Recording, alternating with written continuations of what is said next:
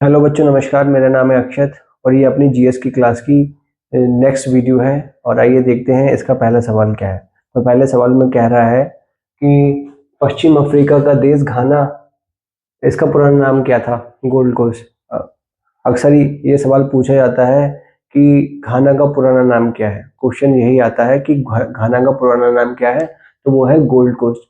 और ये क्वेश्चन क्यों आता है कि घाना का ही नाम क्यों पूछा जाता है? क्योंकि घाना जो है 1957 में जो है आज़ाद हुआ था, अंग्रेजों से आज़ाद हुआ था। जैसे हम 1947 में आज़ाद हुए थे, वो 1957 में आज़ाद हुआ था। अब एक नेक्स्ट क्वेश्चन पूछा जाता है। नेक्स्ट क्वेश्चन ये पूछा जाता है कि सोवियत संघ, आपको पता है कि सोवियत संघ को क्या बोलते हैं? यूएसएसआर बोलते हैं। यूएसएसआर, उसमें कितने राज्य, कितने देश थे? उसमें 15 देश थे। और वो 15 देश जो है 1991 में जो है बिखर गए। तो आपसे क्वेश्चन क्या पूछा जाएगा कि दो तरीके से क्वेश्चन पूछे जा सकते हैं कि यूएसएसआर में कितने देश थे? तो थे 15 देश। और उनका विघटन कब हुआ? यानी वो 1991 में बिखर गए। ठीक है। अब एक नेक्स्ट सवाल भी इसी तरीके से जुड़ा हुआ है कि म्यांमार का पुराना नाम क्या था? तो आपको पता है कि म्यांमार का पुराना नाम बर्मा, जिस तरीके से घाना का पुराना नाम गोल्ड कोस्ट, उसी तरीके से म्यांमार का पुराना नाम बर्मा था। और ये है 1948 में जो है इसे स्वतंत्रता मिली। यानी म्यांमार देश को जो है अंग्रेजों से स्वतंत्रता मिली 1948 में। ठीक है। और यहाँ से एक चीज आपको याद रखनी है कि आंग सांग सूची, ये आंग सांग सूची को जो है शांति का नोबेल पुरस्कार मिला था। शांति का नोबेल पुरस्कार मिला था। तो क्वेश्चन ऐसा पूछेगा कि आंग सांग सूची किस देश से संबंधित है? तो वो है हमारी म्यांमार से। और म्यांमार का पुराना नाम है बर्मा। 1948 में उसे स्वतंत्रता मिली। अब आते हैं नेक्स्ट उस पे। तो नेक्स्ट का मतलब है यह है, बोल रहा है कि डेमोक्रेसी। आपको पता है कि डेमोक्रेसी का मतलब होता है लोकतंत्र। लोकतंत्र। और ये डेमोक्रेसी कैसा शब्द है? तो ये एक यूनानी शब्द है। क्वेश्चन आएगा कि डेमोक्रेसी कैसा शब्द है, तो ये एक यूनानी शब्द है। तो डेमोक्रेसी से बना, ये डेमोक्रेसिया से बना है। डेमोक्रेसी यूनानी शब्द डेमोक्रेसिया से बना है। अच्छा, तो इसको दो पार्टों में डिवाइड कर दो, डेमो और क्रेसी। डेमो का मतलब होता है लोग, और क्रेसी का मतलब है शासन, अर्थात लोगों का शासन। आपको पता है कि लोकतंत्र, यानी लोकतंत्र को इंग्लिश में डेमोक्रेसी बोलते हैं। और डेमोक्रेसी एक जो है यूनानी शब्द है जो डेमोक्रेसिया से आया हुआ है। और उसमें दो पार्ट होते हैं, डेमो और क्रेसी। डेमो का मतलब होता है लोग, और क्रेसी का मतलब है शासन, यानी लोगों का शासन। अब हम नेक्स्ट क्वेश्चन देखते हैं। नेक्स्ट क्वेश्चन क्या कह रहा है? ये क्वेश्चन में बहुत बार पूछा गया है कि 1928 में ही मोतीलाल नेहरू और कांग्रेस के 8 अन्य नेताओं ने भारत का संविधान लिखा था। जो जवाहरलाल नेहरू के पिता कौन थे? वो थे मोतीलाल नेहरू। और मोतीलाल नेहरू और कांग्रेस के 8 अन्य सदस्यों ने मिलकर क्या है, एक जो है संविधान लिखा था। संविधान लिखा था। तो वो छोटा संविधान था।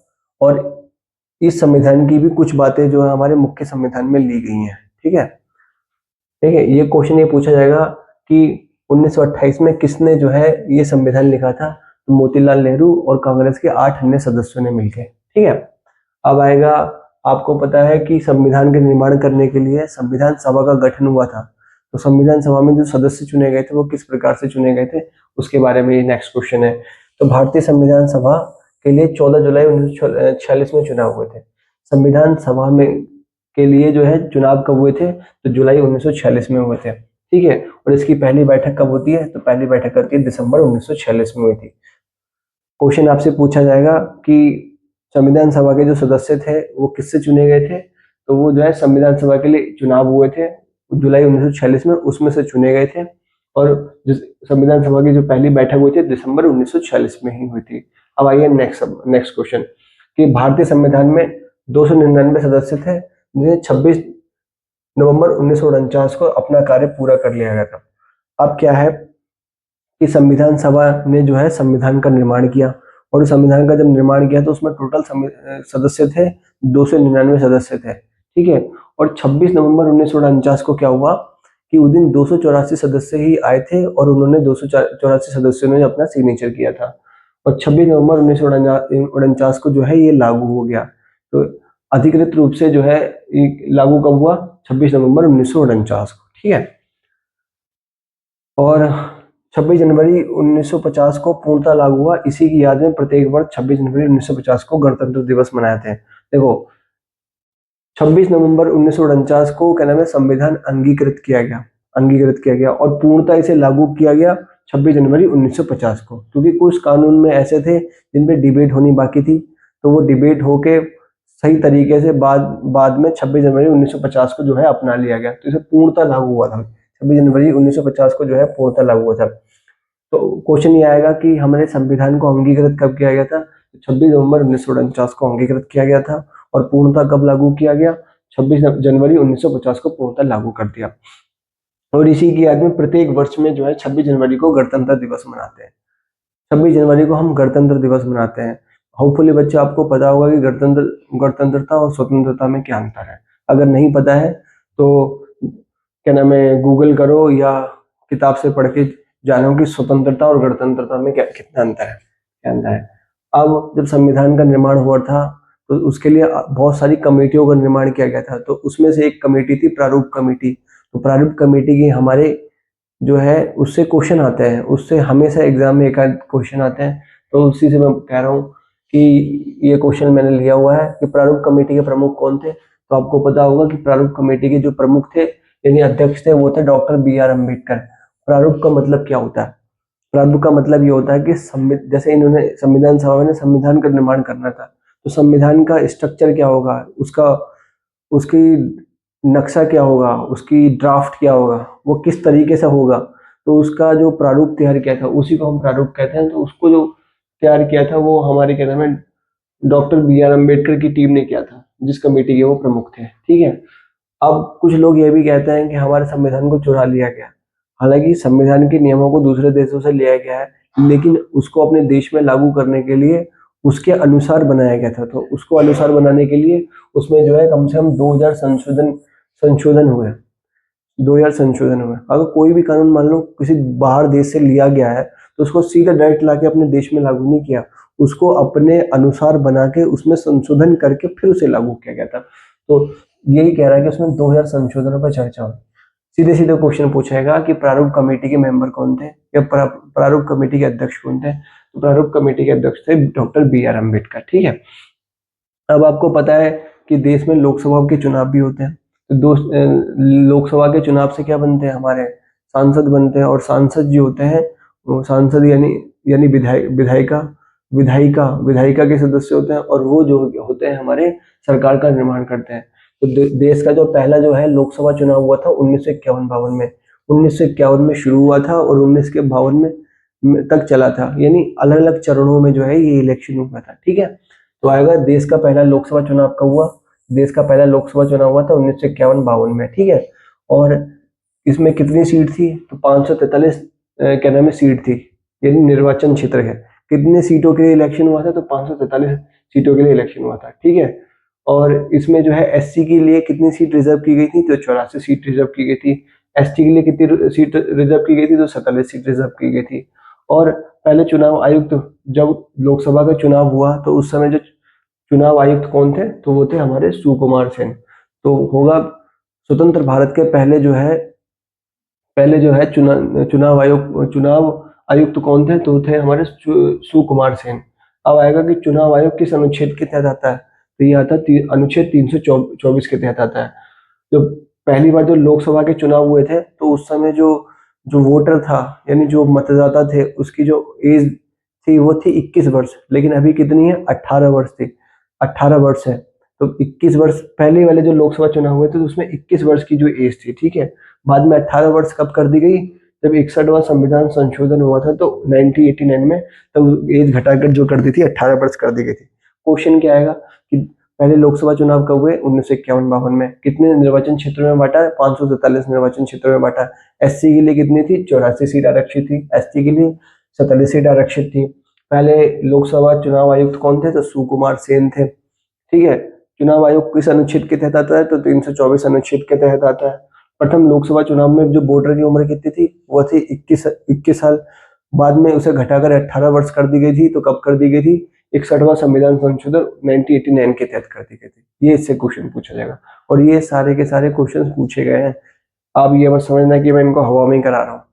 अगर आप प्रीवियस ईयर के क्वेश्चंस लगाएंगे या कभी लगाते हैं तो आपको जरूर ये क्वेश्चन मिल ही जाएंगे।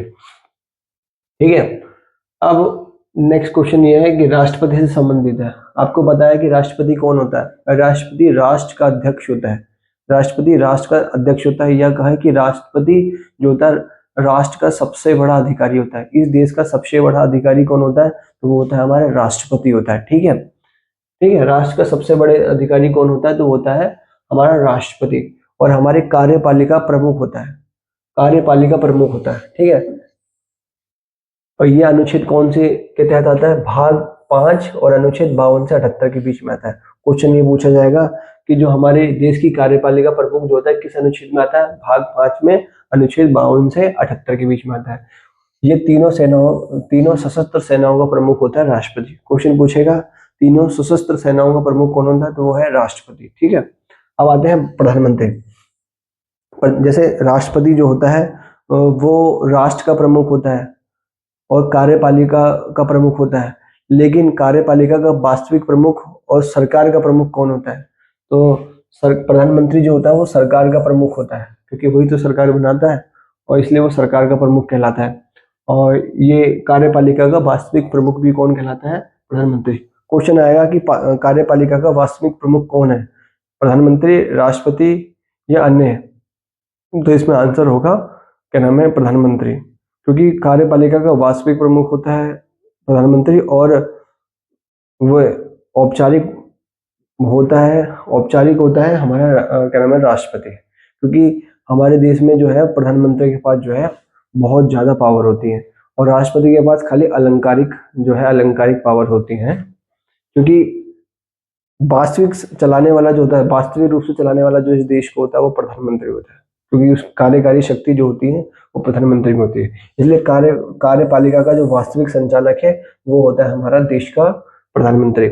नियुक्ति कौन करता है? प्रधानमंत्री की नियुक्ति जो होती है अनुच्छेद 75 के तहत जो है राष्ट्रपति के द्वारा की जाती है। क्वेश्चन ये पूछा जाएगा कि राष्ट्रपति की किसकी नियुक्ति करता है? तो या प्रधानमंत्री की नियुक्ति कौन करता है? तो वो करता है राष्ट्रपति अनुच्छेद 75 के तहत। आइए नेक्स्ट देखते हैं। अब है संसद। आपको पता है कि संसद के अंग क्या होते हैं या संसद के पार्ट क्या होते हैं? तो संसद पहली बात तो अनुच्छेद 79 के तहत लिया गया है। आपसे सीधे सीधे क्वेश्चन पूछेगा कि संसद कौन से अनुच्छेद के तहत आती है? तो 79वें अनुच्छेद के तहत आती है। ठीक है, उसमें होती है एक राज्यसभा और एक होती है लोकसभा। तो राज्यसभा जो होती है अनुच्छेद 80 के तहत आती है और लोकसभा जो होती है अनुच्छेद 81 के तहत आती है। राज्यसभा को जो है अपर हाउस कहते हैं, उच्च सदन कहते हैं, और लोअर हाउस को जो है निम्न सदन कहते हैं। ठीक है, अब इसमें सदस्य देखते हैं।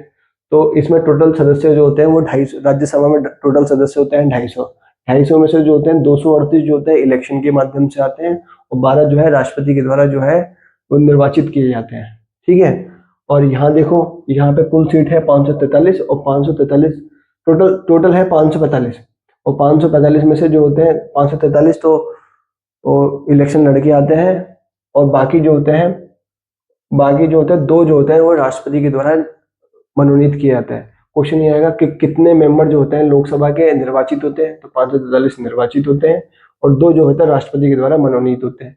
यहाँ जो होते हैं टोटल मेंबर 250 होते हैं, 238 निर्वाचित होते हैं और 12 जो है राष्ट्रपति के द्वारा नामित किए जाते हैं।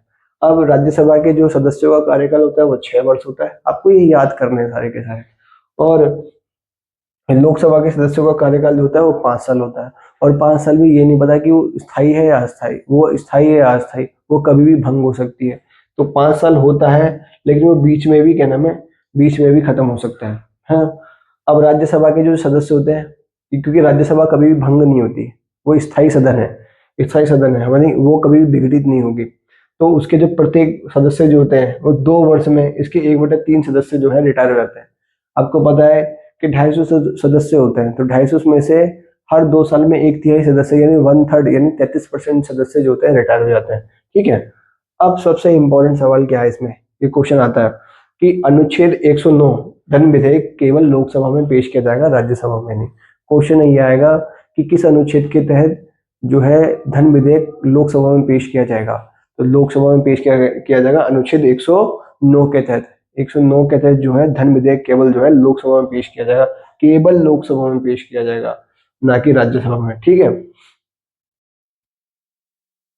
और जो बजट जो जारी होगा, बजट भी जारी सिर्फ कहाँ पे होगा, वो कौन सा बजट जारी होगा, तो वो भी लोकसभा में होगा, ना कि राज्यसभा में होगा। उसकी शक्ति कहाँ है, अनुच्छेद 112 के तहत कहा गया।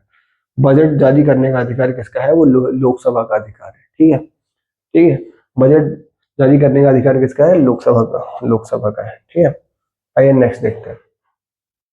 अब यह है कि सरकार के कितने अंग होते हैं। आपको पता है सरकार के 3 अंग होते हैं, न्यायपालिका, कार्यपालिका और विधायिका। कुछ बच्चों को कंफ्यूज होगा कि कार्यपालिका और विधायिका क्या होती है, क्योंकि न्यायपालिका तो एक जुडिशरी एक अलग सिस्टम होता है, लेकिन कार्यपालिका और न्यायपालिका विधायिका क्या होती है। तो जो बच्चे अगर बेसिक सही है तो उन्हें विधायिका और कार्यपालिका में अंतर पता होगा, और जिन बच्चों को की बेसिक सही नहीं है उनको विधायिका और कार्यपालिका में अंतर नहीं पता होगा। अगर नहीं पता है तो आप जाइए और इसको सर्च करिए और समझिए कि कार्यपालिका और विधायिका में क्या अंतर है। मैं इतना बता देता हूँ फिलहाल। जो विधायिका होती है, विधायिका जो है कानून का निर्माण करती है, कानून को बनाती है। ये सरकार के 3 अंग हैं। एक इसमें कानून को बनाएगी, एक उस कानून को जांचेगी कि ये सही है गलत है, और दूसरा जो है तो एक उसको जो है लागू करेगी। तो आपको पता है जो विधायिका है वो क्या नाम है, विधायिका। कानून को क्या बोलते हैं, विधेयक या विधि। तो ये विधायिका जो है वो कानून को बनाती है, यानी नियमों को बनाती है। ठीक है, यानी संसद। आप ऐसा समझ लो कि विधायिका कौन होती है, संसद होती है, और जो क्या नाम है कानून का निर्माण करती है। ठीक है। न्यायपालिका जो है, कोई भी कानून बना है, न्यायपालिका उसको चेक करती है कि ये व्यक्तियों के मौलिक अधिकारों को उल्लंघन तो नहीं कर रही है, उनके लिए सही है या गलत है, उसको तय कौन करती है, तो वो न्यायपालिका तय करती है। ठीक है। कानूनों के जो संविधान के तर्क संगत है भी या नहीं भी है, तो वो न्यायपालिका तय करती है। और उसको लागू कौन करती है, तो उसको लागू करती है मंत्रिपरिषद, जिसे बोलते हैं हम कार्यपालिका। यानी विधायिका जो है कानून बनाती है, न्यायपालिका उसको तय करती है सही है गलत है, और कार्यपालिका जो है उसको लागू करती है। कार्यपालिका में आते हैं मंत्रिपरिषद और प्रधानमंत्री। ठीक है।